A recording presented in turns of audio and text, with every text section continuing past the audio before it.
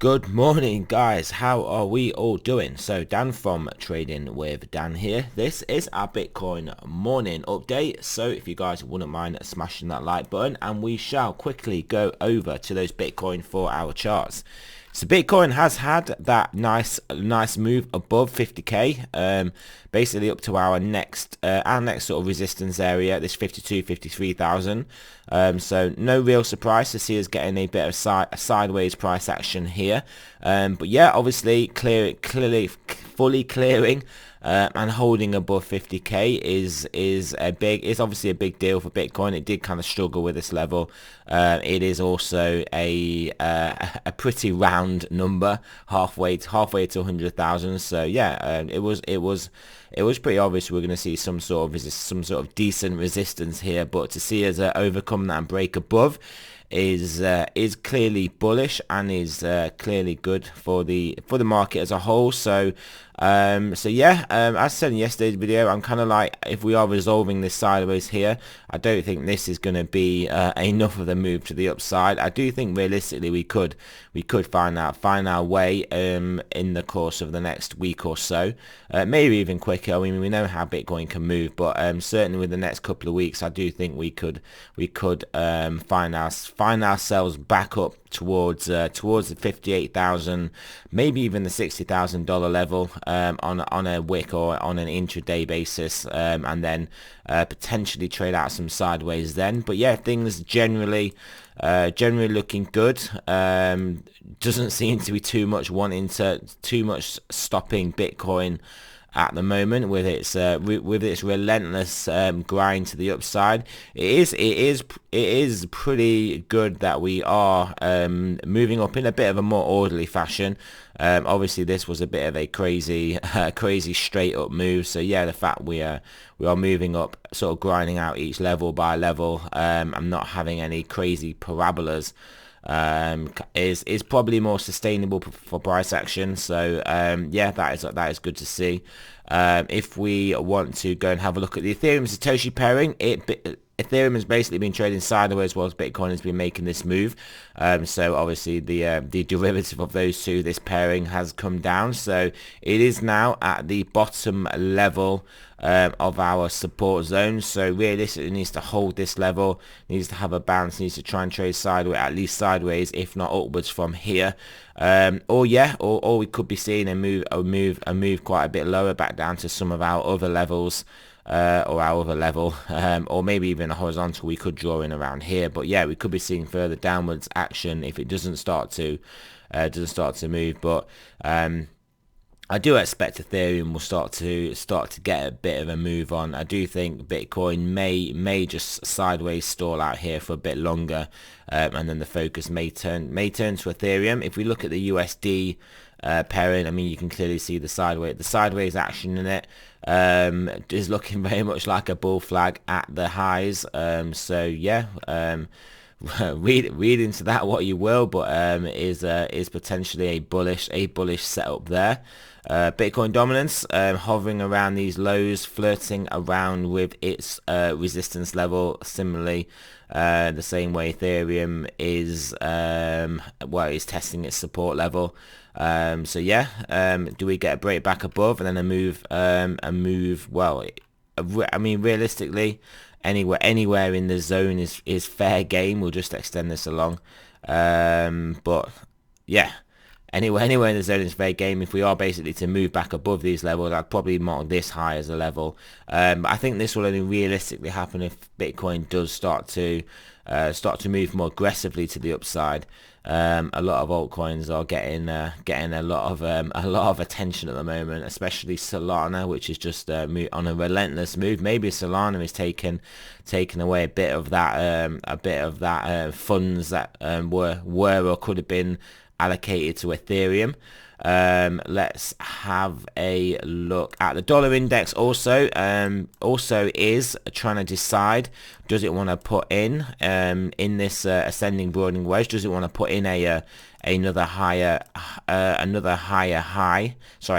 even another higher low, and then make another run for the top of the formation, or is it going to break down from here? Obviously you guys know my views. I'm potentially more bearish on this and think it will break down, but I mean, if we do get back above 92.5, then I mean, then realistically we could be looking at onwards and upward deep into the 94s and targeting the upper trend line again. Obviously would have to overcome this area of resistance as well, but yeah, I don't think that is a likely scenario. I do think we're just gonna grind this out a bit ultimately before giving up and then coming to test these lower areas, at which point there will be lots of euphoria in risk assets. Let's look at not much else to look at. We'll just have a quick glance at stocks. As you can see, just holding up at these highs, so clearly nothing particularly bearish about this price action.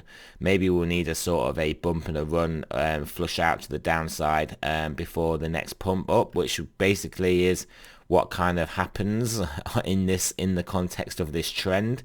But yeah, we'll see how that plays out. But yeah, I am expecting the DXY to break down from this level. So I think that is going to give obviously stocks, stocks, crypto, everything, precious metals, an upward impetus. So yeah, let's have a look at stochastics. How are they looking? Yeah, 4 hour is potentially looking like we could see some sideways here. 10 hour is still pointing up, but getting pretty aggressively high, so it may see us some sideways to downwards price action. 12 hour, I mean, it's pretty aggressive, but still pointing upwards, so not much bearish there. Daily pretty similar as well. 2 day looking good as well. 3 day there or thereabouts. 5 days there or thereabouts. Weekly is literally on a run, getting very high up. I mean, if the weekly does kind of top out and turn back over, that could be the point that we do see the medium term sideways to down, and we do try and then potentially trade out some sort of a range, maybe between 58 and 50, maybe between 53 and 42. But obviously this straight upwards that we're seeing in the weekly, which is going to run into a weekly 9, a weekly TD sequential 9 as well.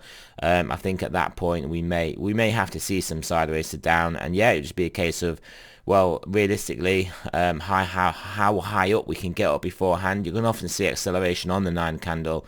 So yeah, I mean, like I said, next week, so basically within this or next week, we could see a move up towards the 58,000 and then trade some potential sideways to down. I mean, that was the most bullish case scenario for me, was to get up to around 58,000 and then trade out a range for the next couple of weeks between 58 and 50.